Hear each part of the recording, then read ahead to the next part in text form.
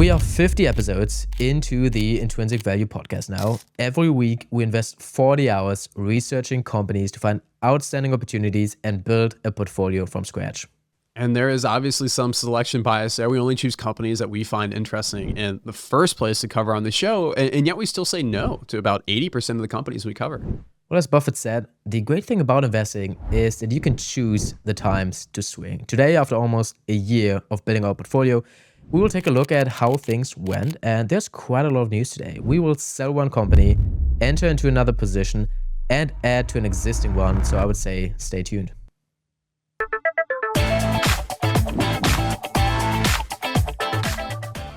Today, we will take a look at our intrinsic value portfolio. And as you may know, the goal of this show is not only to learn about different types of businesses, how to value companies, and really just to generally become a better investor, but we also want to take you on a journey where we build a portfolio from scratch, where we started at 100% cash when we did the very first episode of this show way back in January 2025. And so whenever we look at portfolios of super investors, the really inspiration for the show was that we realized they look like finished products. And of course, there's always going to be some change and positions get taken out and new ones come in, but they're not really showing you how they started from scratch. How did you get from being 100% cash to being fully invested?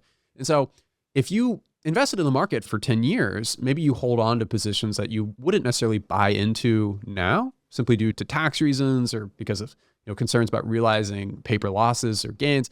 And as we know, those losses only count when you realize them. But I guess what I'm trying to say is that on the other hand, if you start from scratch and you don't have any of these other biases shaping, why things are in the portfolio, oh, it's just in there because I have a large unrealized capital gain. Well, that's not very interesting, right? You start to run into the problem of position sizing of, well, is this a 5% portfolio bet, a 10% portfolio bet, a 1% portfolio bet? And how do you actually think about sizing that bet when you're starting at 100% cash or 90% cash or 80% cash? And really that has been the story and the progression of the show as we not only decide what companies to invest in generally, but then go to the next step of how comfortable do we feel in taking what XYZ percentage of our portfolio and investing in. So it does hurt the portfolio performance in our first year when you have this enormous cash pile, but to some extent, that was kind of a hedge on us learning this process ourselves, right? Learning how to actually manage and construct a portfolio formally from scratch in a way that we had never really done before.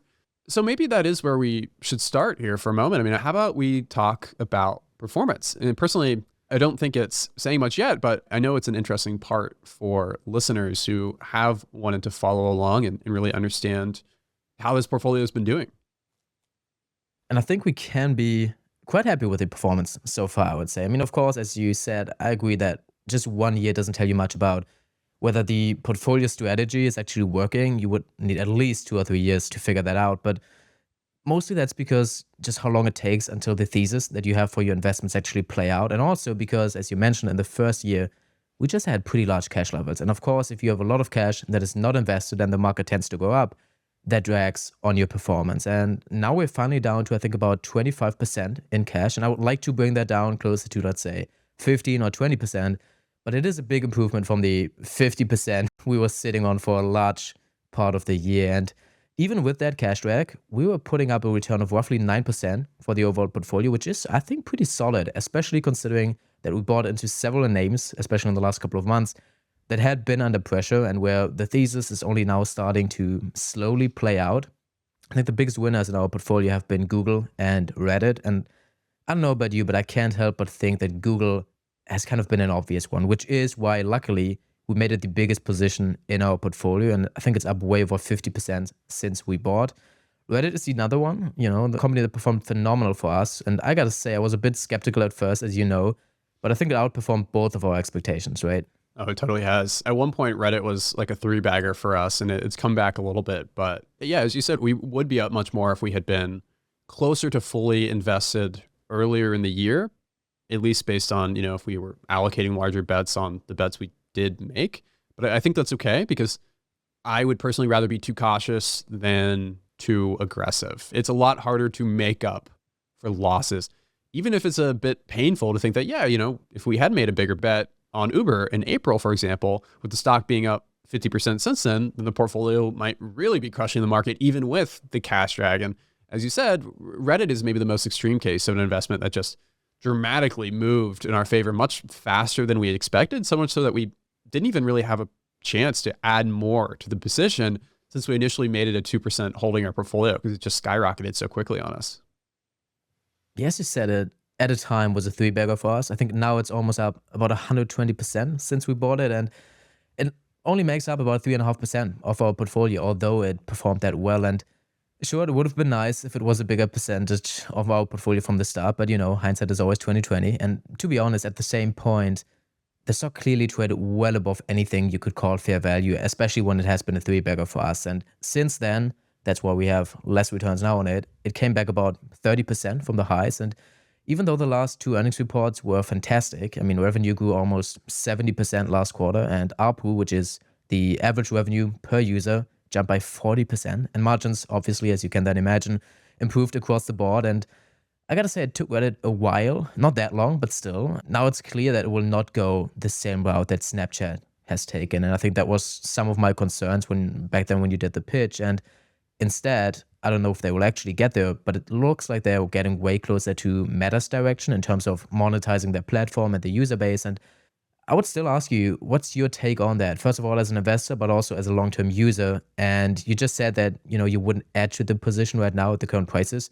But maybe you see an argument for why we should add if it, drops another 10%, or when to even sell the position at some point. Yeah, so I'm currently looking into another business that operates in this same space. And let me tell you, Daniel, it has only reinforced my view that Reddit is special and has everything a social media company really needs to succeed, in my opinion. And so, I'm not saying that it will ever reach Meta level monetization, because Meta is just with Instagram and like they just crush it. Nobody can make more money in advertising revenue per user than they can. But I'm still pretty confident that with Reddit, the runway is pretty long ahead. And so, you mentioned hindsight earlier, and yeah, I mean, I'm still kicking myself for not realizing sooner that Reddit really is pretty differentiated from some of these less profitable, less successful names in the space that we were worried might be pure comps for kind of the range of outcomes that could happen for Reddit. And I think as listeners of the original Reddit pitch will know, when we did that podcast many, many months ago, I had the opportunity actually as a long-term user to participate directly in the IPO. And yeah, I sold my shares quickly for now what looks like a very small gain comparatively, and then reinvested at a much higher price. We added it to the portfolio, and then it went up much more from there. And so I guess to answer your question, I do not think Reddit is cheap at all at the moment. So I'm definitely not looking for us to add any more to the portfolio. And I did debate with myself and also with you about whether we should consider trimming it a bit. And then I thought, what is the type of game we're trying to play here as investors? It's very tempting to react quickly when a stock moves a lot and it's above some kind of arbitrary fair value number you've come up with. But ultimately, I want to remind myself that the goal for us, and I would imagine a lot of people listening to this podcast, is to build a long-term investment portfolio. And sure, maybe Reddit will pull back further.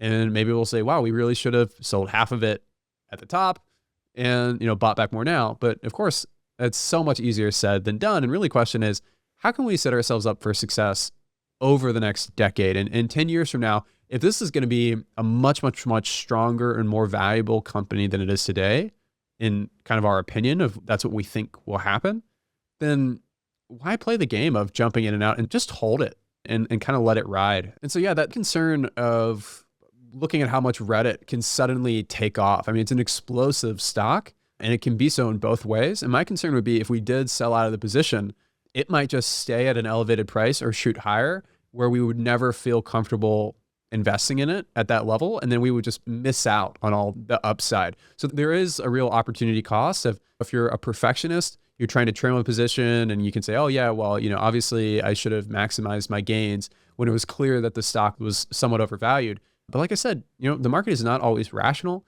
and you take the risks that you might not ever get back into a company that ends up being a multi-bagger for you and an incredible compounder because, at one point in time, you thought it looked too expensive and you're basically being too smart for your own good. And so, valuing a company that's growing as quickly as Reddit is just incredibly, incredibly difficult. So even when I say that it looks overvalued, I don't have the same conviction in saying that if I did it for a much more mature company. So I really do think the risk here is actually, ironically, in a way to the upside and less so to the downside.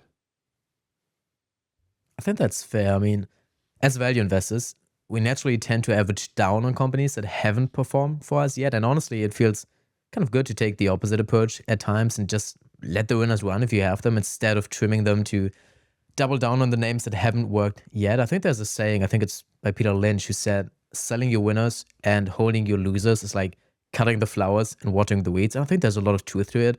And oftentimes, I think it ends up being a good decision to put money into stocks that you still consider undervalued.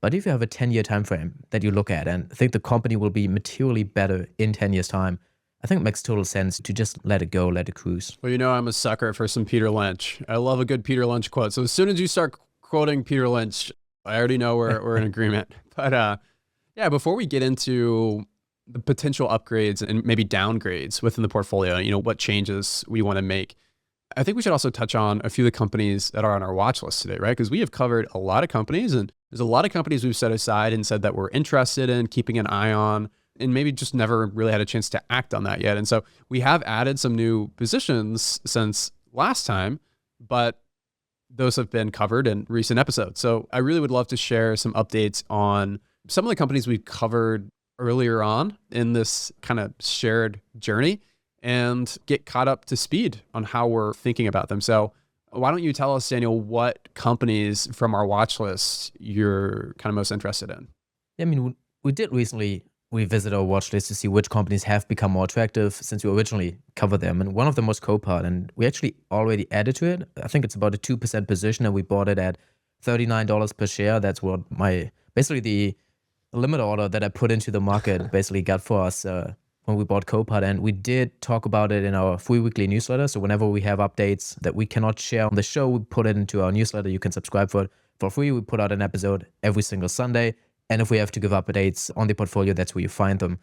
Another name that moved high up on that list is Ferrari, which you pitched about, I think, 3.5 months ago. And since then, the stock has dropped more than 15%. And actually, right after the last earnings report, it was down closer to 25%. And even with that pullback, we still felt that the shares were a bit too expensive for our taste. But there might be an interesting way to still participate in Ferrari's upside. And there's a company called Exor. It's a holding company, an Italian holding company, and it has 39% of its assets in Ferrari stock. That's about 20% of Ferrari's market cap in total.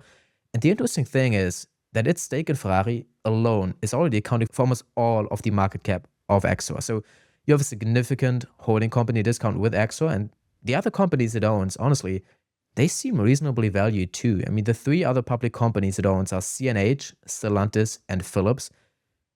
And all those companies not make me hugely excited, but in terms of valuation, they all seem like they could have some upside potential, especially if you get them basically for free, because the Ferrari stake, as I said, is already the entire market cap of Exor. And if you look at them, I mean, CNH, for example, is an industrial company which is focused on mostly agricultural machinery, similar to the stock that you pitched a while ago in John Deere.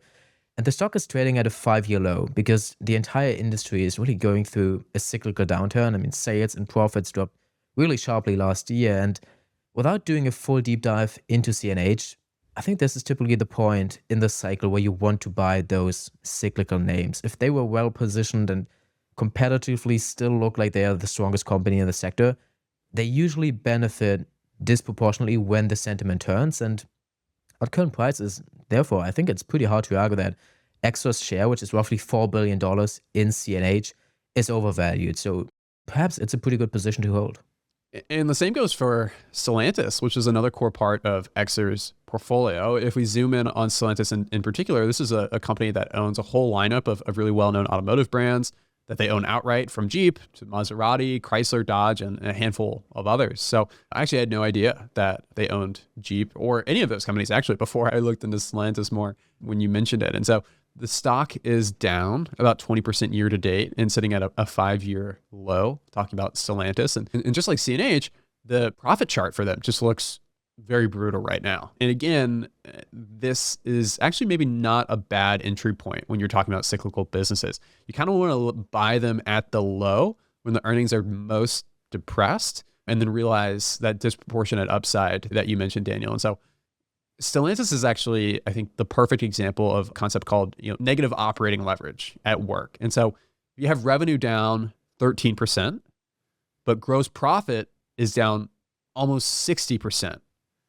And I mean, that's just absolutely brutal. And unfortunately, it's not unusual to see that kind of dynamic in the automotive industry, because car makers carry huge fixed costs. Factories, equipment, labor, supply contracts, all that stuff are a massive portion of the cost structure that don't actually vary with demand.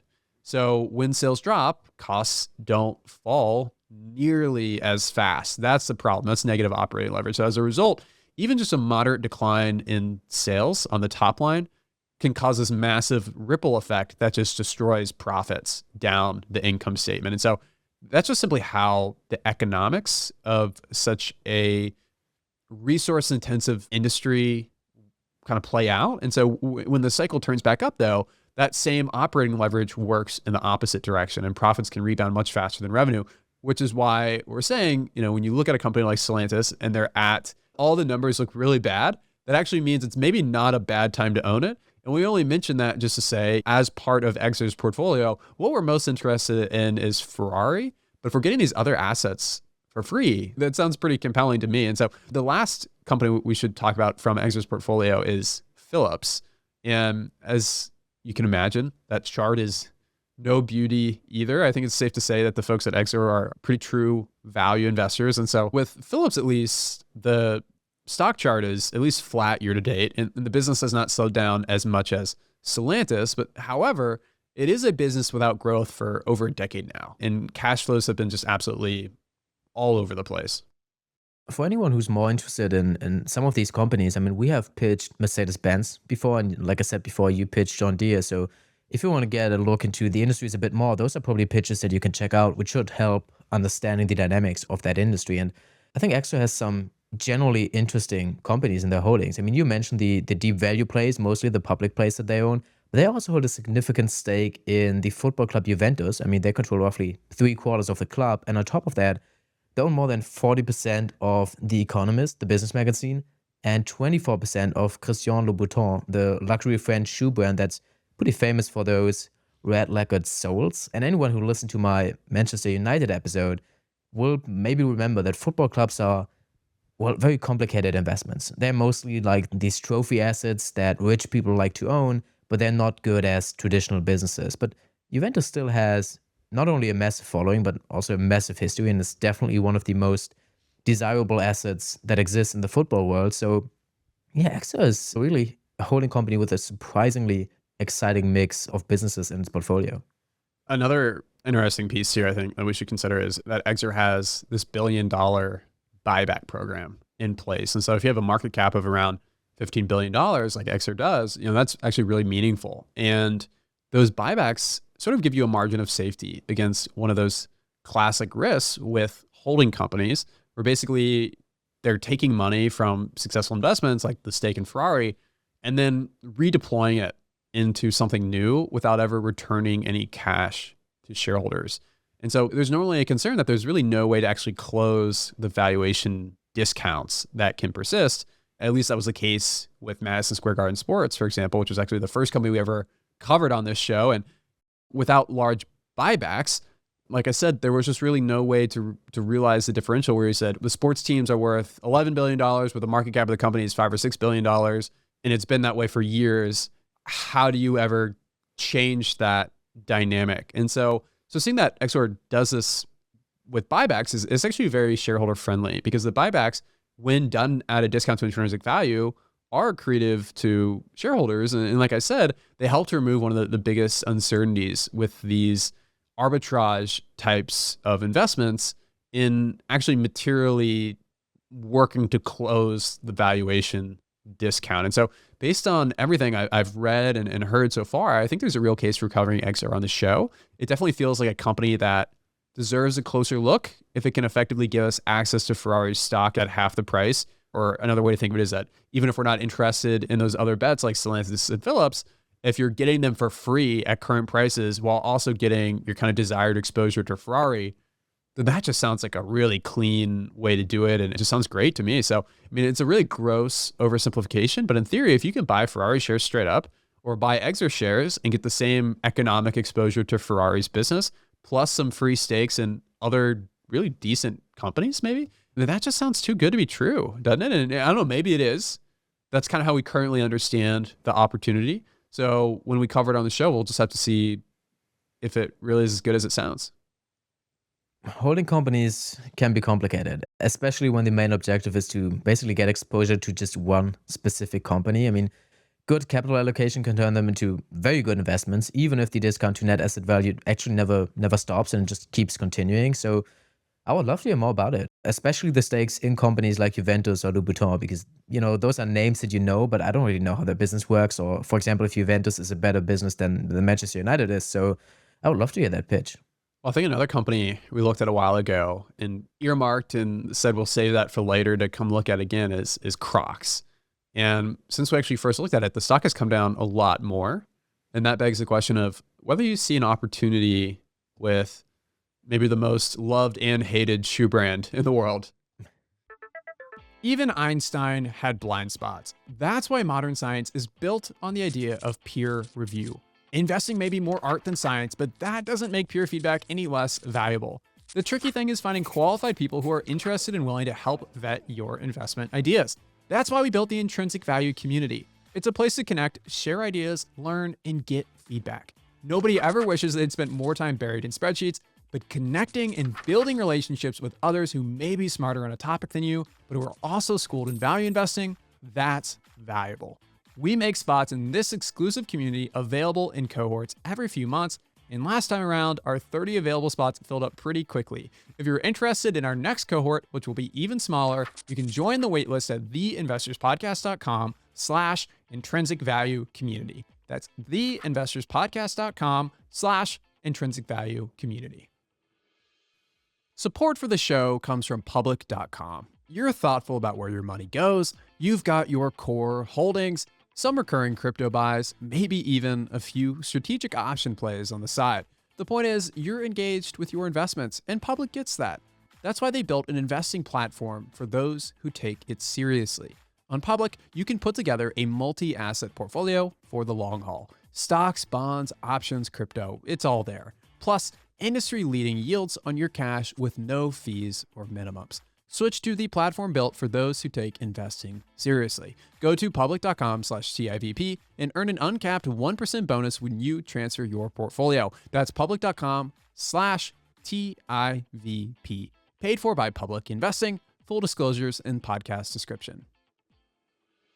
Just like everybody else, there was a time when I was a beginner investor, and I have to say, investing is particularly filled with jargon that can just make it so difficult for new investors to understand what is going on.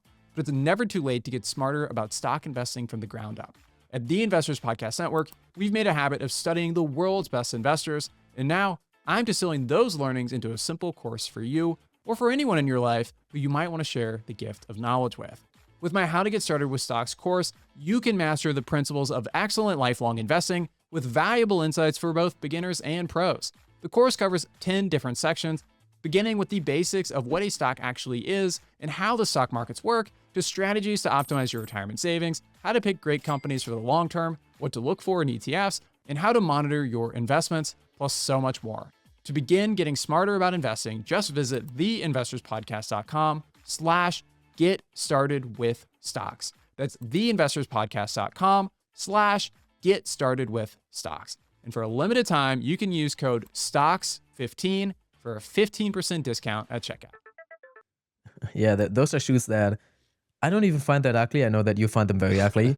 But yeah, I had Crocs on my radar ever since the Q2 earnings because there was a huge sell-off after they reported those. And it's obviously cheap. The metrics are kind of insane if you just look at them. There are a few companies in the space that have a margin profile anywhere close to it. Lululemon, one of our other portfolio holdings, is actually one of the few companies in fashion retail that has those margins. And you're getting paid if you buy Crocs basically the moment you enter the stock. I mean, it has an 18% free cash flow yield, and that's 18%. I think that's one of the highest that we ever looked for. And on top of that, they spent hundreds of millions on buybacks, which translate to a 16% buyback yield at the time. So just by buying the share, you're immediately getting paid for holding it. So on the surface, it really looks incredible. But I have one big problem. Actually, I have two big problems.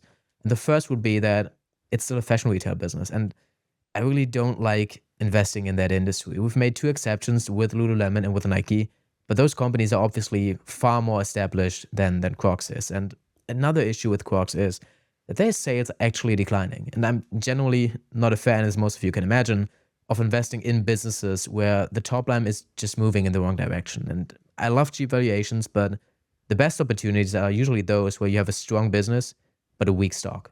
And Crocs is actually struggling. I mean, it's been hit harder than many other brands, which suggests, at least to me, that this isn't just a weaker consumer environment. And that does give me some pause. And it's actually the reason why I did not immediately enter a position after the Q2 earnings drop, because I still felt like we should probably wait a bit and see how it plays out. However, and this makes me a bit more optimistic, that a 6% revenue decline last quarter, and that was mostly driven by the Hey Dude brand. So there's Crocs, and then there's the Hey Dude brand, which is a company that I acquired a couple of years ago. And that brand is not doing well. It was down about 20%. And while that's not great, obviously, I would still much rather have weakness coming from Hey Dude than from the core Crocs brand. I mean, the strength of the business is still the core brand itself. And if that part remains much more stable, I'm pretty happy with that. So even if Hey Dude never returns to meaningful growth, Crocs can still be a pretty good investment as long as the core brand grows, even at, let's say, a low single digit rate. And actually, it might help to just quickly walk through the valuation model I built back then for the episode. I mean, if I would now assume that Hey Dude keeps declining by, let's say, 10% a year, and the Crocs brand grows at just 2% in North America, which, by the way, it grew 17%, or at a CAGR of 17% over the last 5 years. And then we're at maybe 9% for international growth, where, once again, they actually grew closer to a 25% CAGR over the last 5 years internationally. But then you end up with a fair value of about $78 per share. And that's pretty much where the stock is currently trading. And remind you, that's if Hey Dude basically gets cut in half over the next 5 years. So obviously, this still assumes some growth. So if Crocs just keeps declining and it's not growing at all, this will not be a good investment. But the market is just not expecting a lot from this company right now. It really feels like Crocs is already priced for a worst case scenario. And you see that a lot with these kind of unloved stocks where sentiment's just totally beat down. And clearly anything even slightly better than that worst case should lead to pretty solid returns, you would think. And so in our episode on them, I think the big question we wanted to answer was whether Crocs are just a fad or whether it's this more enduring brand that's here to stay. And immediately my gut instinct is I remember seeing Crocs in the playground as a kid. So calling them a fad, I don't know. Maybe there's some cyclicality and some trendiness that comes and goes with the business, but it has endured for a while. And so, I get that this kind of declining sales are not a good look for the company or for us wanting to feel confident about the brand we'd be investing in. But like you said, it's also not actually really the Crocs brand that's struggling. And volumes for them actually keep increasing steadily. And so the main pullback is spending on promotions to defend their margin profile, kind of in this weaker environment of consumer demand. And then also really because of the Hey Dudes brand being so weak. Yeah, that's one of the big things. When they saw that the consumer is getting weaker, they said, let's actually pull back on all the promotional activity that we do. So that might hurt the top line, but we still defend our margins, which is what, for example, finances the buybacks, which is obviously a huge part of the thesis. And that's kind of one of the other big risks that you potentially have in this stock. And that's management ending up repeating, making the same mistakes, and goes out to acquire yet another company after hopefully getting Hey Dude back on track. And the buybacks do offer some natural protection against that, because if you spend money on buying back your own shares, you should obviously have less money to then go and acquire another company. And they already had two failed attempts at diversifying. So I don't know, trying for a third time just doesn't sound to me like it's the best idea, but I'm not fully convinced that the management's incentives and the shareholders' incentives are actually perfectly aligned, because shareholders obviously, especially right now, want buybacks and as much capital return to them as possible, or over the next few years at least. And then management is probably thinking about the long-term health of the company. And over the long run, it's just usually, very hard to survive on just one product in fashion retail. So I don't know, it makes a lot of sense for them to eventually decide that they want to buy another company yet again. Just, I mean, technically, Hey Dude could work out and they are a diversified company, but it doesn't really look like that's going to happen anytime soon. That said, I think it's a pretty encouraging sign that insiders have been buying shares in the open market recently. They have done that at prices around or in the mid to high 70s. That's where the stock is currently trading. And at the time of recording now, it's at $73. So technically even the low 70s. And to me, that's definitely a positive sign. And also, the CEO actually said in an interview that part of the reason for the Hey Dude acquisition was that investors wanted the brand to be more diversified. And I know it's kind of the opposite of what I just said before, but we should also keep in mind that this was at a time where the investors will, when, the stock was basically pretty much way further up than it is today. And Crocs was still a growth story. Now, if we think about investing in it, it is basically a value play.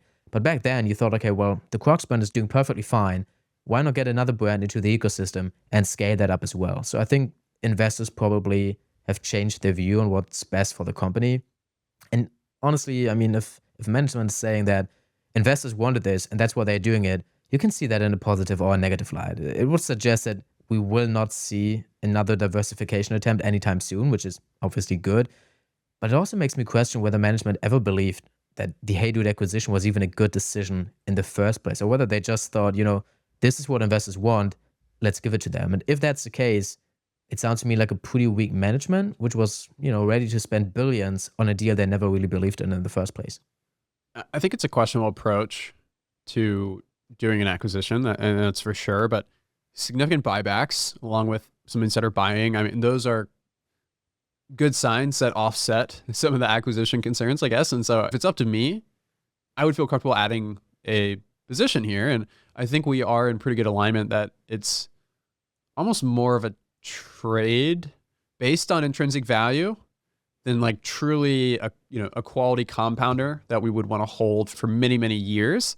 And therefore it's one of the riskier bets in the portfolio. And that would probably be an argument against going into it altogether. But if we can kind of size it as a 2 to 3% bet and know that, yeah, this is, I don't want to say rolling the dice on, but this is almost like a strategic gamble in a way of like, we feel like over the short to intermediate term, the risk reward is in our favor. But yeah, let me ask you, I mean, how do you think about it? I totally agree. I mean, at $73, I think it's just a pretty asymmetric opportunity. And of course, we do not want to have a lot of trading positions in our portfolio in the long term. But I think oftentimes when you buy a stock that's pretty hurt, pretty low down, and you gotta have to just look at the situation and then assume, okay, is this an asymmetric opportunity where I'm willing to take this as a trade? And then if it works out, if both brands stabilize, I could totally see how this is a phenomenal company in 10 years' time. And if that's the case, we are never forced to sell out of our position just because the price increases. We can definitely hold it longer if we think that makes sense. But as you said, right now, I think it just makes a lot of sense to see it as a trade and then say, make it a 2.5% position. So it's kind of reasonable considering the risk that the investment thesis still has. And just to be clear, for some investors who might know Norbert Liu and look at his portfolio, I want to make clear that we are not cloning his portfolio. I know he has PayPal and Crocs in his fund, and they actually make up about 30% of his portfolio, but we were sooner on PayPal. We pitched it here on the show first. We bought into it. And then we also pitched Crocs. Now, we didn't decide yet to buy it, but we actually just waited for a better entry. So, no, jokes aside, let's maybe talk about one of our current portfolio companies next. Before recording this episode, we had a bit of a discussion whether we should add to Nubank. And it's still a relatively small position at, just like Crocs will be, 2.5%. And it delivered just another great quarter recently. So, for us, I think Nubank is currently up about 30% since we bought it. But I think our conviction has gone up, not only because of the stock price, but mostly because of the fundamentals of the company. So how do we currently think about it? So I actually talked to one of our community members about Nubank recently, and he works in banking and has spent a lot of time in South America. And he raised concerns about making such a concentrated bet on the Brazilian consumer and really the risks that come with that. And so at the same time, Nubank has just repeatedly shown that it can grow incredibly fast without taking on meaningfully more risk than the kind of diversified legacy banks of Brazil. And so we walked through the numbers in detail during the Nubank episode we did. But for anyone watching on YouTube or Spotify, We're showing a table on screen right now that compares Nubank's risk metrics to those of Brazil's traditional banks. And yes, Nubanks are a little bit higher, but really nothing that stands out as being very material. And so when you look at NPL, which stands for their non-performing loans, these are loans where the borrower is seriously behind on payments or unlikely to repay at all. And so typically you would look at these after the 15-day and 90-day marks of being late. And so Nubank's NPLs are a little higher than competitors. But again, when you put that in the context of having 4 times the growth rate of these legacy banks, they're just doing a very impressive job, in my opinion, of balancing growth with risk. I've really never seen anyone do it as well as they have. And so at the same time, Nubank has been quickly diversifying into more secured, safer forms of lending while also expanding quickly in higher income markets. It could be even more profitable for them. And so in Mexico, for example, a quarter of the entire banked population is already a Nubank customer after entering the Mexican market in 2019. And so, I mean, that's just incredible. And another kind of exciting thing for them that's been on the radar recently is they applied for a bank charter in the US. You might be thinking, boy, that's ambitious, right? How are they going to run this? Should they be focusing on running this playbook across Latin America? And what are they doing entering a very mature banking market like the US? And how could they even think they could try and compete there? And I think that's a reasonable instinct to have.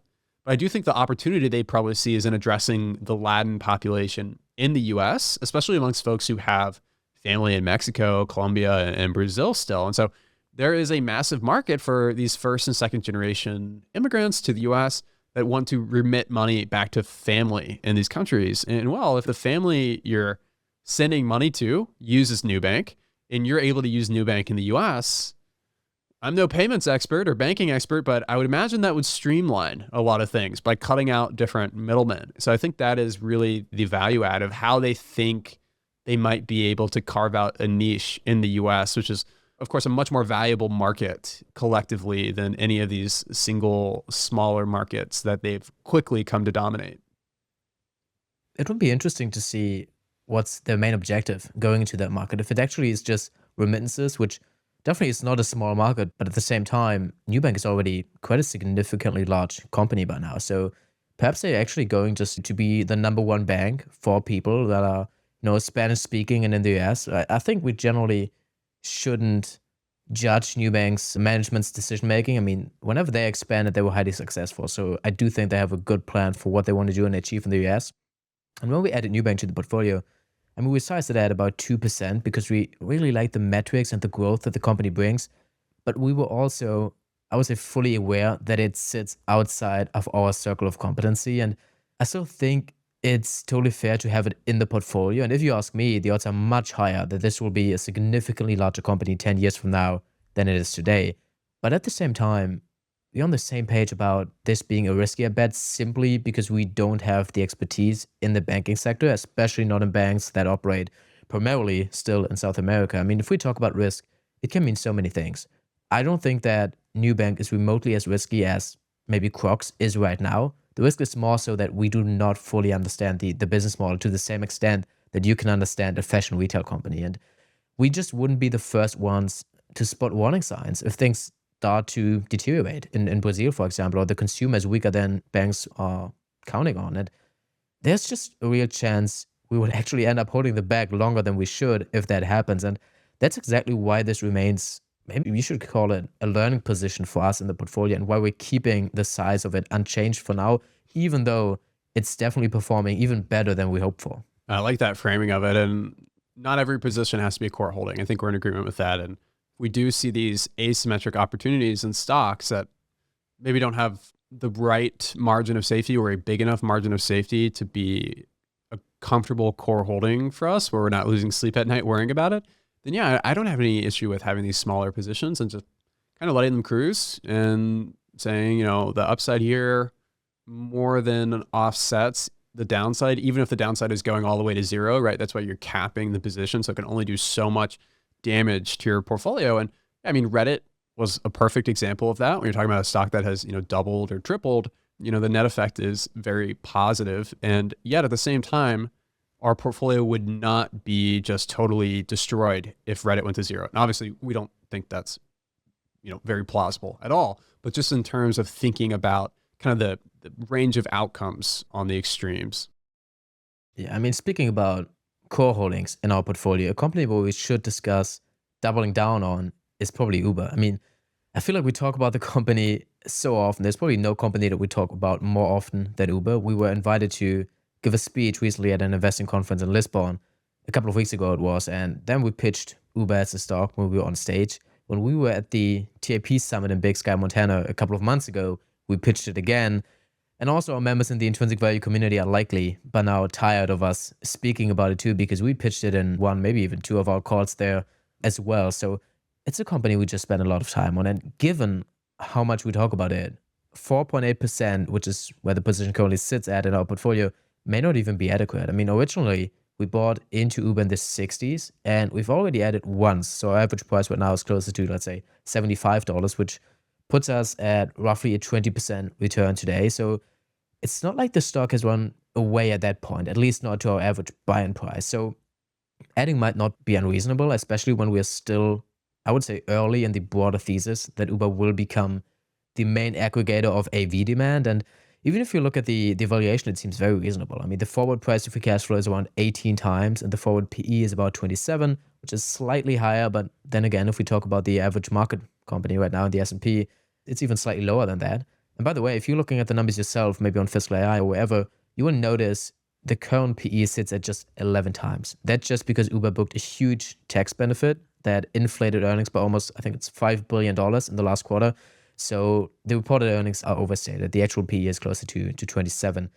But then again, I mean, what matters to us is mostly cash flow. And if you trade at 18 times free cash flow and the company is growing 20 plus percent, it's not even not expensive. It's actually cheap, if you would ask me. And maybe the most important part of the story is that Uber has become a genuine cash flow machine and just keeps on getting better. Margins keep improving, and the business is finally showing the kind of operating leverage that investors have been waiting for many years. I mean, currently on the screen, we show a chart that I sent to Shawn on Slack earlier, which is maybe one of the most beautiful charts of operating leverage I've ever seen. You're basically starting from the bottom left, and they're losing a ton of money. And then in almost a linear straight line to the upright, you just see how they make more and more money each year. I don't think there's much more I can add to that. I mean, that perfectly encapsulates it. And if you can watch what we're talking about right now, I mean, that chart is really very illustrative of the point. And so I would love to buy Uber at an even cheaper price, of course, but we are actually at about the price where we have previously added to Uber. And so I think there's a reasonable argument that we still see the company as being undervalued. It's a long-term bet we feel comfortable making. We've only gotten more comfortable with that bet over time. So why not increase the position to 6 or 7% today? And if we get a serious sell-off in the shares, I mean, that would be an opportunity to take it to maybe even a 9 or 10% position where we're just averaging down and taking advantage of the whims of Mr. Market. But yeah. Absolutely. I totally agree. I mean, maybe simply because we talk about making it a core holding, and also because whenever we hold or held a presentation on Uber, we split it into a bull and bear case. And for reasons of consistency, I always took the bear case. And maybe because of that, I'm kind of prone to also give that argument. And maybe it's interesting for listeners who haven't heard us talk about Uber yet. And since we're discussing making it a core portfolio holding, maybe we should quickly summarize the bear case once again. And very briefly, I mean, mainly there are two risks that we see for Uber. And the first one is pretty easy. It's basically a fast expansion of Waymo and to some extent also Tesla.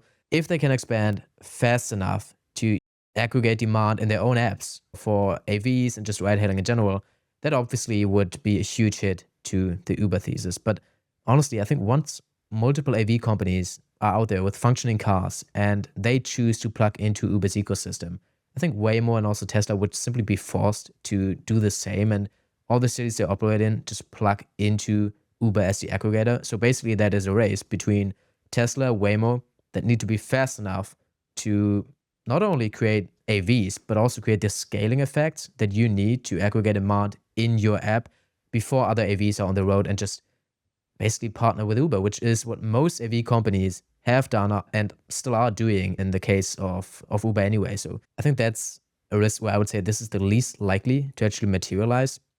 I mean, right now we are talking about Waymo, and they are planning on add another 5 cities where they will be exclusively on the Waymo app. And these cities are Miami, Dallas, Houston, San Antonio, and Orlando. And while I am surprised and also to some extent proud of Google is still one of our portfolio holdings and what they can do with Waymo and the speed at which they do scale their offering, I don't think this pace is enough. I mean, especially considering that we are only talking about cities in the US right now and then only about certain parts of the cities because all of them are still geo-fenced. I don't think that's enough to actually hurt Uber. And the second potential risk that we talked about in Portugal as well is a potential takeover of Lyft, the biggest competitor that Uber currently has in the ride-hailing space. And companies that aren't questioned to do that are probably the big tech companies, and perhaps the best positioned one is Amazon. I mean, Lyft's market cap right now is about $8 to $9 billion, which is a joke for any company in the big tech, but especially for Amazon.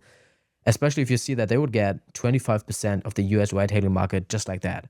And Amazon could plug Lyft into, let's say, its Prime membership and monetize it from basically day one. And what makes this even more compelling, at least in my mind, is that they could also use these Lyft cars and then plug them into their delivery system. So think of Amazon's AVs, which they're also building, bringing the packages to just the nearest Amazon warehouse in the city, and then drivers, basically Lyft drivers, pick them up, take over, and take charge of the last mile delivery. I think that's kind of a short summary of what potential bear cases look like.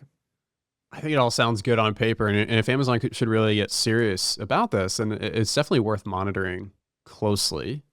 However, I think about this kind of in a framework that is often maybe overlooked, in my opinion. And if you look at the past ventures of Mag 7 companies, they have actually failed quite often. They're not the kind of unstoppable titans in all instances in the way that we build them up to be. And so, for example, Apple wanted to build a car, failed. Even Uber wanted to build an autonomous vehicle and eventually shut down that project. Facebook wanted to build a second Snapchat and failed. Amazon wanted to get into the smartphone market and failed. So while it seems like big tech just kind of ubiquitously dominates every market they enter, that is actually not the case historically. And so they're very successful in breaking into more fragmented markets and dominating them. And so Google went into a fragmented information search market when it started.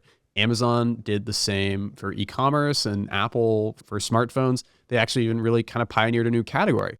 And many of their future ventures that were successful would kind of come about the same way. But what most of their failures have in common is that they tried to gain share in a market that was already dominated by one major player. And so if Apple had put all its resources into dominating the podcasting and music streaming market, for example, I have no doubt that they could have done it. But doing so would mean neglecting the core business and their other cash cows. And so there would be a huge opportunity cost. And so to me, going up against this very capable competitor like Spotify that is singularly focused on this one niche, as opposed to trying to do dozens of different things like these Mag 7 companies, well, that's how they're able to compete and win against the likes of the Apples of the world. And I say all that just because I find it really hard to imagine that Amazon could make a ride-hailing app its top priority, even if it acquired Lyft and successfully do so. And if they don't, they just simply won't really be able to disrupt Uber, in my opinion. They won't have the distribution to be able to do so. And so the ride-hailing business is much more complex than it seems from the outside. And Uber has mastered overseeing and facilitating it thanks to decades of experience, data, and billion-dollar investments. Sounds to me, and that shouldn't come as a surprise. Like, we are in agreement about adding to the position. And considering our cash position and compared to our other core portfolio holdings, what do you think about making it 7% for now? I mean, it really feels like that would be a more appropriate allocation given our bullishness on the thesis for Uber. So I'm on board. Sounds good. Okay, I believe there are two other companies on our watch list that could be attractive right now. But before we discuss them, let's quickly go over some positions we already own and whether we consider selling them or at least want to give some updates on them. How about we start with a company that has been one of our earliest additions, and that's Nike. Nike is a company that has actually been one of our biggest winners at some point. Unfortunately, we didn't sell the stock back then. And in hindsight, always we're talking about hindsight. It was a mistake we simply made because the stock appreciated so quickly. We bought Nike at $56 and the stock quickly went up to about $80, which would have been a nice 40% gain. But I think at the beginning, we were even more inclined to view our holdings only as long-term plays. And obviously most of them are, But Nike was bought also as a trade around the tariff times, mostly just because that's where the timing for our episode landed. And we should have treated it as such too. But now Nike has come down again, although it's still up about 10% from my entry price. And the turnaround will definitely take some quarters, and we knew that from the beginning. However, I think we are both in agreement that if we should see $80 again, without materially improved fundamentals, we take our gain and sell the stock. And I know that might sound a bit arbitrary, like why exactly $80? And honestly, I don't have a great answer for you, but part of it might simply be us being victims to the anchoring bias. But it's also within the range that I deemed attractive when I first looked at Nike. And again, I knew this would be a turnaround story that would take a couple of quarters and potentially even years, and also depend on the broader macroeconomic environment. And if I see Nike outperforming my expectations for the turnaround, I will happily hold the stock well beyond $80 too. I'm pretty happy with the price we paid for Nike. I think it's not cheap if you look at it from a PE standpoint, just due to the fact that earnings are so depressed and have been really revised down, but just judged by really how we feel about how sound the brand is. At around a mid 50s price, it feels like a pretty good margin of safety to bet that Nike can kind of turn the ship around. And as that turnaround makes progress and we see margins start to trend closer to historical levels of profitability, then those valuation metrics should, as I say, mean revert, right? Appreciate to much more attractive levels. So it'd be sort of a tailwind on the investment. So, I mean, it's a small position. And I think we agree, really, we're not sure whether there's any need to sell it at this point. And so we're kind of just happy to hold it at the moment. That's right. I think there's no updates that we have to give on in terms of adding or selling the position. And when we're always trying to hit this, what I would say, tricky balance between updating people on our holdings, because at the end we do this publicly and we get tons of opinions and inputs, which we truly appreciate, by the way, while still investing with a long-term mindset. And we need to walk through our positions and we have to give proper updates, both here on the show and also in our free weekly newsletter. But we also don't want that constant flow of information to push us into making too many buy or sell decisions. And that sounds easy in theory, but I can tell you that, at least for me, I look at my portfolio and the market news daily since we started this show. And before that, there were at some point months when I didn't look at my portfolio. And while I listened to all the earnings calls and the updates, I consume far less news and also commentary on my companies. And if you own stocks that are especially more controversial and perhaps contrarian, this makes things a lot easier. I mean, one such stock that we currently own is Lululemon. It's been, I think, our worst performer currently, down 20% from my entry price of $200. So it's fair to say that we have been a bit early. However, and that might just be the value investor in me, I don't see myself panicking about it at all. I was more skeptical about it than you were at first, but the valuation is just so attractive. And it obviously became even more attractive now.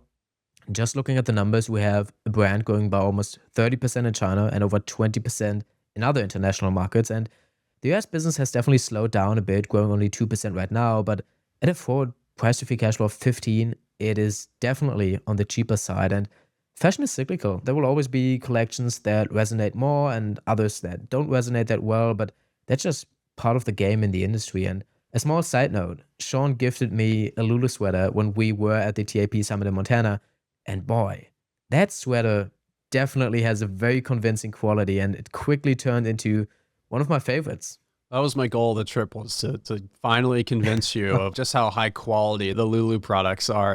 And so, as you might have guessed, yeah, my thesis has not changed either.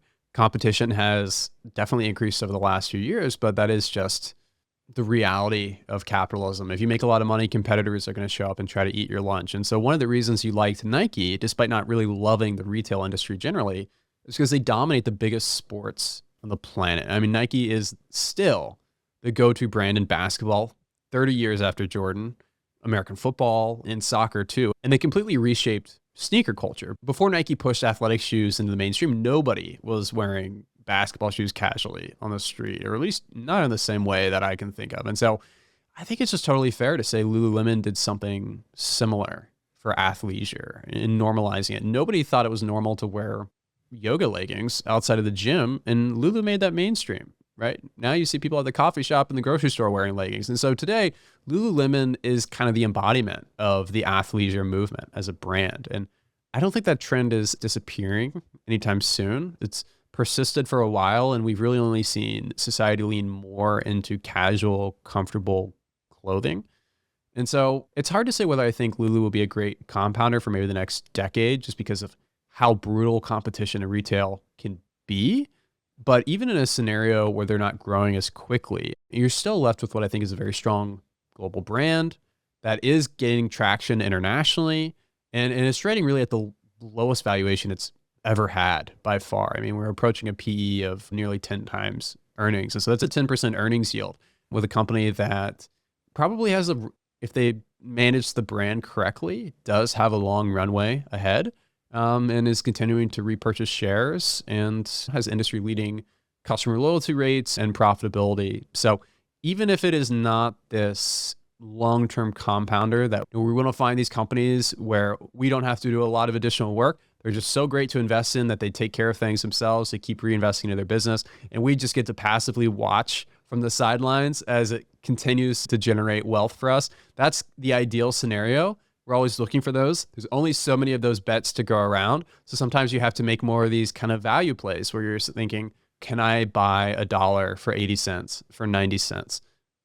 That is probably closer to what we think the situation with Lululemon here is. I'd say it's like 70% value play and maybe 20 or 30% we really believe that the brand can continue to compound from here longer term. I mean, to the point I just made a minute ago, when you buy into companies that need to prove themselves again before the market is willing to give them the benefit of a doubt, it just takes time. And that waiting period isn't always pleasant because the progress is never linear, actually. I mean, that's simply part of the process. And of course, if the situation works out in Crocs' situation, but even more so with Lululemon, they still can turn into compounders. But of course, before that, it's just an advantage, I think, if you look at them for what they are currently, which is kind of a turnaround, kind of a value play, and then you can see where they're actually heading. I mean, PayPal is in a very similar situation in a lot of ways. Speaking of PayPal or PayPal, as you have remarked to me before, that was one of your pitches that has not aged as well, just like mine with Lululemon. So are there any updates worth mentioning? Do you see any cause for concern, or do you feel like the company is very undervalued still? Well, the earnings reports since our pitch have been pretty good and actually a bit better than I expected. And there are new partnerships announced every single week. PayPal is now live on Perplexity, making it this week actually the first opportunity for agentic commerce. So you go on Perplexity, you look for a product, and you can immediately pay with PayPal. And a similar partnership exists with OpenAI and Google, although they will start a bit later. And in part, that's why the stock had actually had a rally after its last earnings report. It was up about 18%. And for a quick moment, it looked like, we have a quick 20% gain and a good start into the pitch. Unfortunately, it couldn't hold on to the gains and actually started early into the other direction immediately afterwards. So the sentiment of the stock is just really in the gutter. I think it's for us now close to 17 or 80% down. So similar to Lululemon. I didn't think much of it. And if PayPal wouldn't already be a 5% position, I think there would be a case to make that you should or could double down at these prices. And while I did do that in my personal portfolio, I wouldn't recommend it doing for the intrinsic value portfolio simply because we have many positions, many opportunities that we can play at. And it's always about the opportunity cost of adding to one position, which means there's no more capital to add to another position. And there are signs that PayPal's turnaround will take a bit longer than we first anticipated. I mean, PayPal CEO Alex Chris recently gave an interview at a Citibank conference, and it was, let's say, not the most exciting talk that he has ever given. One thing that he repeated is that consumers are showing signs of weakness, especially the low to mid income consumers.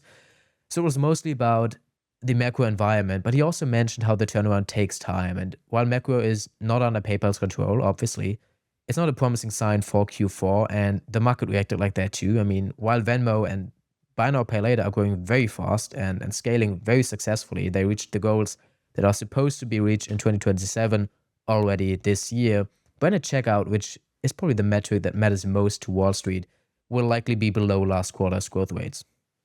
Do you think they will increase their buybacks, considering how depressed the share price is, or how do you think about that? I hope so.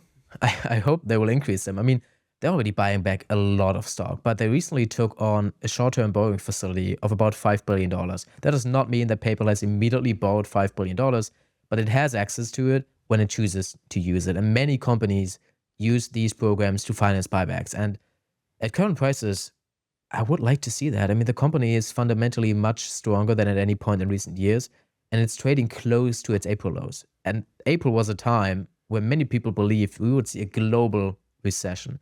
At the current rate, so even without assuming the use of debt, PayPal will buy back about 10% of the entire company just this year. Another thing that I just love to see, we often talk about it, and I think is underappreciated in PayPal's journey, is how effective Alex Chris has reduced PayPal stock-based compensation. Ever since he took over, SBC is, as a percentage of revenue, or has come down as a percentage of revenue from over 5% to just 3%. So all of that is making the buybacks just a lot more meaningful and effective. We might have to wait a bit longer until PayPal does return to double-digit growth, but in the meantime, we're getting compensated with these massive buybacks. And so until then, and since last quarter, also a dividend too, which adds another 1% to the total shareholder yield. This is one of those situations where I'm happy to patiently wait for things to hopefully play out in our favor as we see it. Yeah, patience is one of the most important things for investors like us. And I still hope that there's a positive surprise on perhaps the macro side and we see much stronger 2026 than 2025.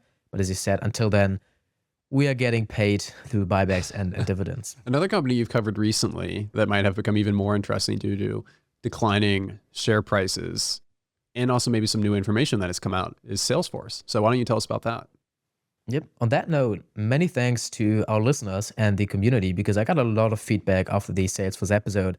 And if I had to summarize it briefly, it seems that people who work with Salesforce daily don't think that I will actually go and eat their lunch anytime soon. I get messages from people who have worked with half a dozen CRM tools, and they told me Salesforce is by far the best. And some even worked on some AI projects, and they still said that AI tools are still far from replacing tools like Salesforce, and especially Salesforce. So I think those are some really helpful insights. And I know the folks we spoke to in our community gave us similar insights. Perhaps this also means that Agentforce isn't yet the game changer that Mark Benioff promises.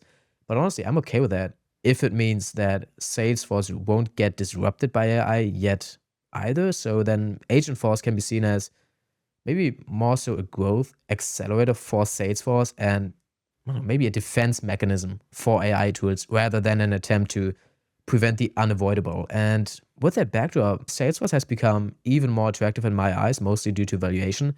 The only thing we have to consider at this point is, once again, opportunity cost. It's funny to say this since we've tried to decrease our cash pile for most part of the year, but at the same time not dilute the quality of businesses that we own or to diversify basically just for the sake of it. It seems like we now get to the stage in building our portfolio where we have to weigh one position against the other, which is a new challenge, but it's also exactly why we want to bring people on the journey of building such a portfolio to show how the challenges change over time. So, yeah, let me throw it back over to you. What are your thoughts on Salesforce?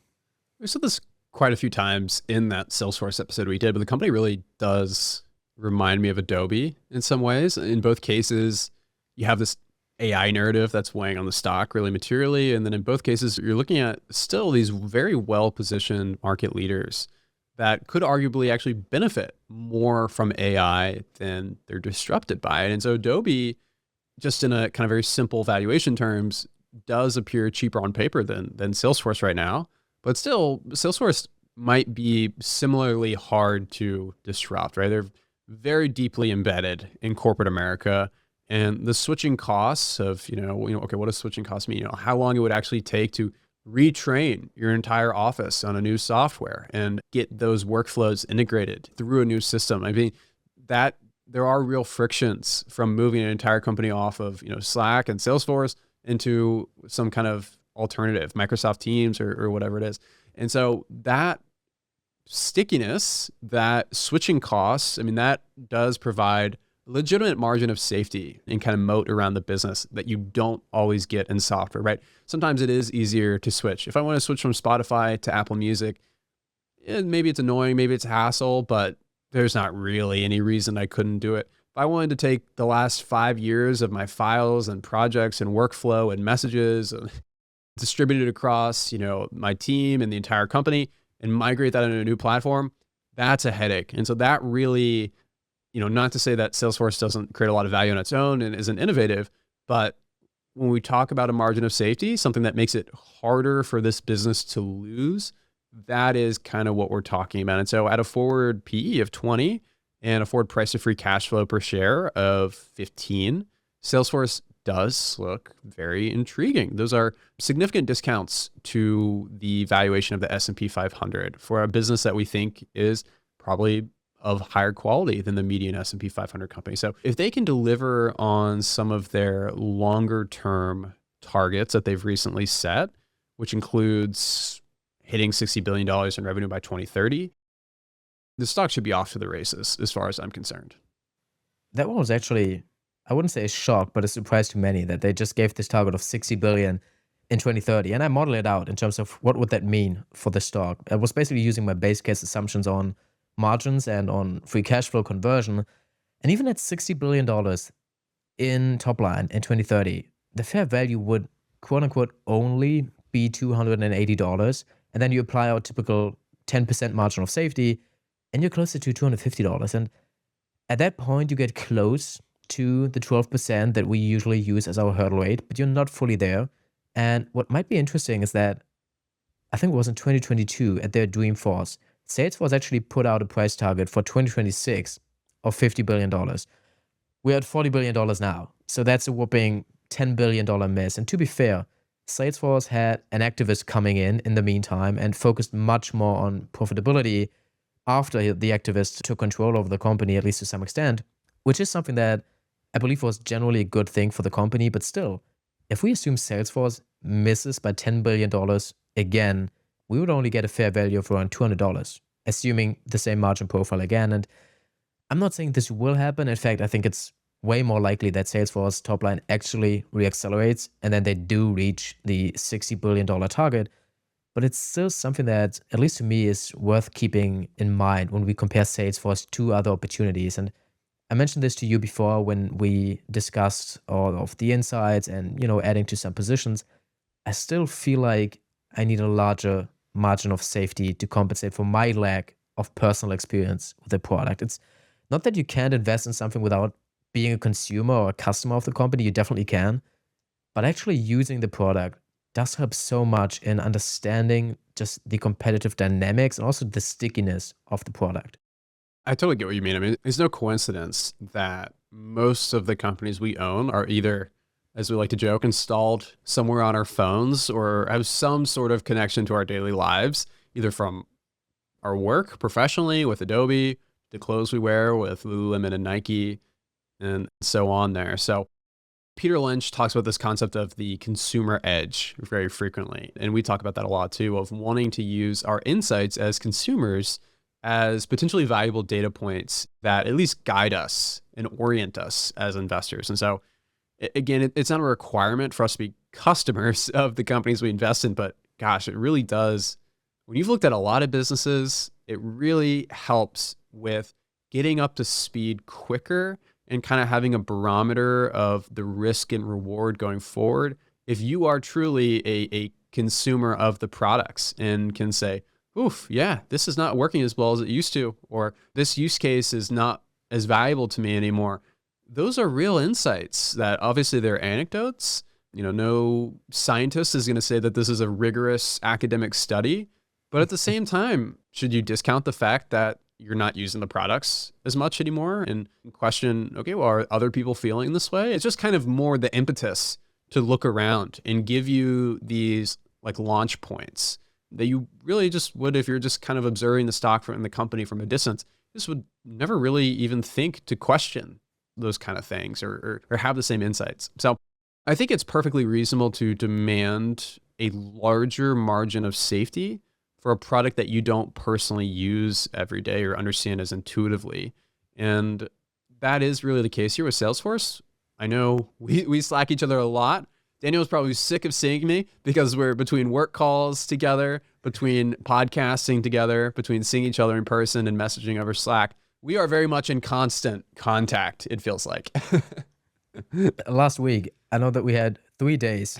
We were basically coming off one call, joining the next, and then joining yet another call, basically for 4-hour meetings in a row. So it can get intense at some point, but I would never have, too many meetings with you.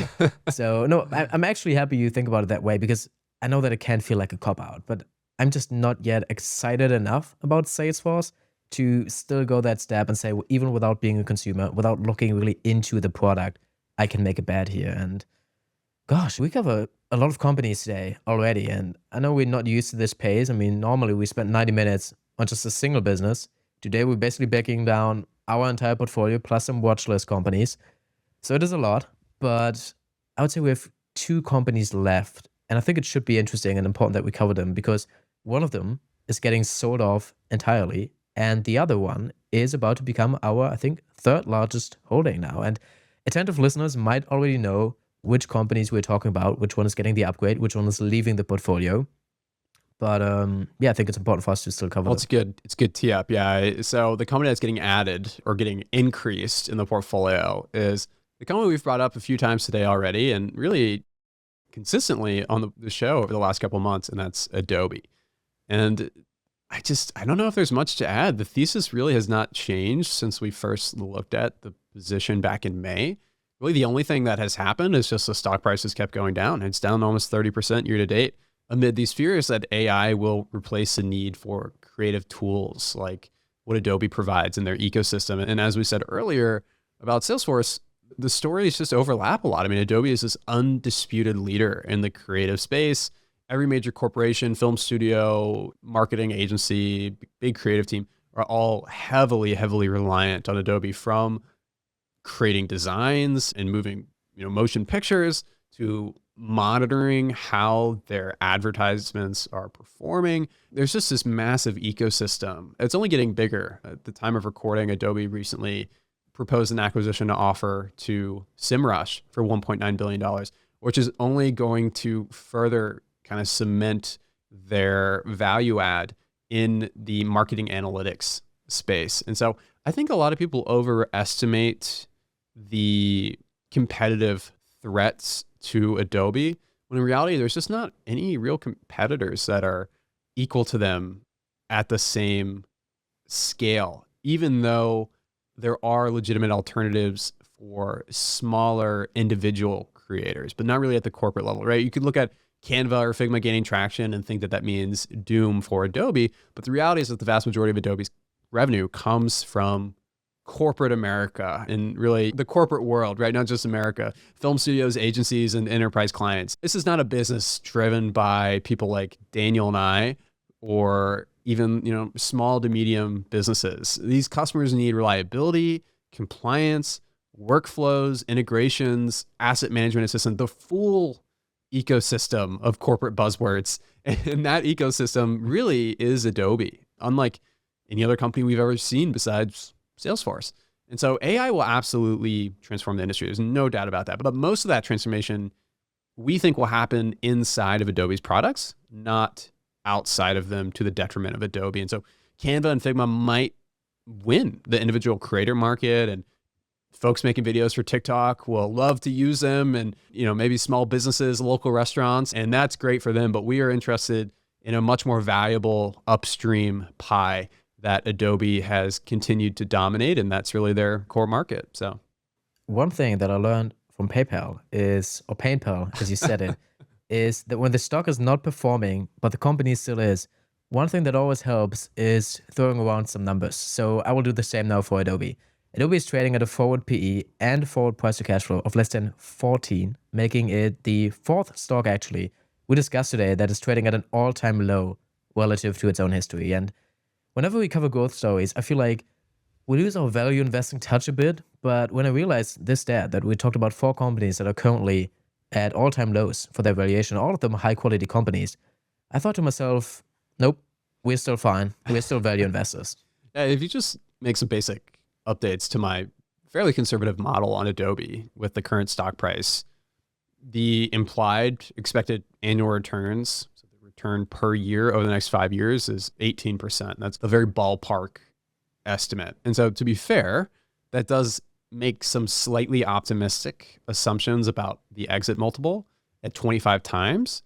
But for a company of this quality, that's still a discount to the overall market. And so it doesn't seem crazy optimistic, even if it is a little bit more on the optimistic side. But even with a more moderate assumption on the exit multiple, right? What we think that if we sold out of the stock in 5 years now, what is the valuation the company would be trading at down the road? And we typically think of it, will be at a discount to the overall market, will be in line with the overall market, or be a premium to it. At 20 times earnings, we would still overcome our 12% hurdle rate, right? So the implied returns would still be very good if you assume pretty substantial compression in the valuation going forward, such that at least with how the S&P is currently valued, and maybe people think it's overvalued, at a 20 times exit multiple, you're really at 2/3 of the S&P 500's price to earnings ratio. So these are not wildly aggressive assumptions where we're like, oh, well, yeah, Adobe's valuation has to double for us to even get a decent expected return. I mean, it's just absolutely not the case really at all. If I can assume that I buy a high quality company, one of the highest quality companies out there, and I only have to pay a 20 times multiple for it to overcome our 12% hurdle rate, I think we're in total agreement that we should add to that company. And I think the first time we bought Adobe, or at least when we doubled down, it was an 8% position for us. It's currently sitting below 7%. So how about we just bring it back to 8%? That works for me. Easy enough. All right, sounds good. So it has been quite the journey, but we are close to the end. I still promise you all one company that will leave our portfolio and go back to the watch list. And that company is, as some people might have guessed, Ulta Beauty. It was one of the first, perhaps the first ever companies pitched on this show. And the thesis, I must say, worked out exactly like you laid it out back then. And the return has been great too, especially for just 1 year. So tell us about it. Well, it's one I feel like I got lucky with. I mean, it does feel a bit sentimental to let go of the very first company we ever added to our intrinsic value portfolio. But like you said, the thesis basically played out as we hoped, right? We held it for almost a year and ended up closing the position with around a 28% return, which I think is very respectable. And so in my original pitch, I had mentioned that Berkshire actually owned Ulta for a brief moment in time, and they initiated the position and then sold it just 1 quarter later, which I thought was a real shame. It did have me questioning whether I had made the wrong decision by continuing to bet on Ulta, but it has worked out for us. And so at the time, I just didn't really understand why they did that. It's the kind of business that you could really easily imagine having a booth at the Berkshire Hathaway annual shareholder meeting at the CHI Arena in Omaha, right? It's just very simple, very profitable, very well run, tied to the real world and kind of enduring trends of human consumption, right? Beauty is an industry that will always be around. It's not going to get wiped out by AI or the digitalization of the economy. And so, we sold not because Ulta suddenly looks like a bad or worse company to us at all, right? Far from it, but more because we believe that there are just better opportunities available for us at the current valuation for Ulta shares. And so, I mean, I have no doubt that Ulta could produce market-like returns or even maybe still market-beating returns from here, but it's just at really a different stage in its life cycle now. And the valuation is not as generous as it was. I mean, it's still a great business, but now they've made some progress on the turnaround and the market has started to appreciate that. And so looking at it now, you see, well, you have harder comps, not as favorable valuation. The runway for growth is not going to be as easy as it was in the past. And so the brand is strong, but the setup is not as asymmetric today as it was when you first bought in, right? I mean, I pitched the company, I think $400 a share on this podcast and on We Study Billionaires, went down to $350, continued to endorse it and buy it at the time we sold it when it was well north of $500 per share. That's a pretty solid gain, or you're pulling forward future returns. If you expect that stock can do 12 to 14% a year over 5 years, and then you suddenly jump up 30%, well, what that means is the returns you expect in the coming years are not going to be as good, and therefore you should probably exit the position. So that was the idea, that maybe we could rotate that capital into something with a better risk reward and then a longer runway for the portfolio, as opposed to just not locking in the gains that we had already earned from that original thesis with Ulta. It's not always easy to explain why you hold on to some companies, sell others, and then, double down on yet other companies. But I think it makes sense. If you look at the companies where we think it's a smaller position, but we do believe there's just a lot of growth ahead in the next 10 years, we like to take that bet and just let it cruise. And there are some companies that, we thought they could beat the market anyway, and then they just keep getting better and the valuation keeps going lower. So that's when we double down. Then there are some companies where just the thesis, as you just said, is playing out, and maybe it's 5 years too early for the company to make those returns. And then you just, sell the company, take your gain. And I think that's perfectly fine. And I hope this has delivered a pretty good overview of where our portfolio currently stands and how we think about our holdings and the companies on the watch list. Next week, though, we will get back to the usual format, the show that you all know, a deep dive into one company that could potentially make it into our intrinsic value portfolio. And I guess, Shawn, you will have some hints for us to figure out which company that would be. Yeah, it'll be a case study on what was, for a while, a very promising social media company that just never really cracked the code on monetization. So despite having nearly a billion monthly active users, which is just like insane, growing revenues 13x over the last 7 years, and creating a number of actually very innovative features that have since been cloned by companies like Meta on Facebook and Instagram. This is a company that's trading well below its IPO valuation still. So yeah, I want to see whether this is a company that deserves to be so disliked, or if maybe there's enough untouched earnings power for us to get excited about it at current prices. And with that, I would say it's time for me to close today's episode with a quote by today hedge fund billionaire John Paulson, who said, quote, "The stock market goes up or down, and you can't adjust your portfolio based on the whims of the market. So you have to have a strategy in a position and stay true to that strategy and not pay attention to noise that could surround any particular investment." And with that said, I hope you all have a good weekend, and we see you next Sunday. And for one, these are inherently strong business models. They're asset light, they're easy to scale, and with ample room for expansion. And another reason is that the ones we own have come down in, price and valuation a lot due to concerns about the possible disruption of their business model. And that's why I see the next big narrative in our portfolio, Alphabet, Adobe, and Uber.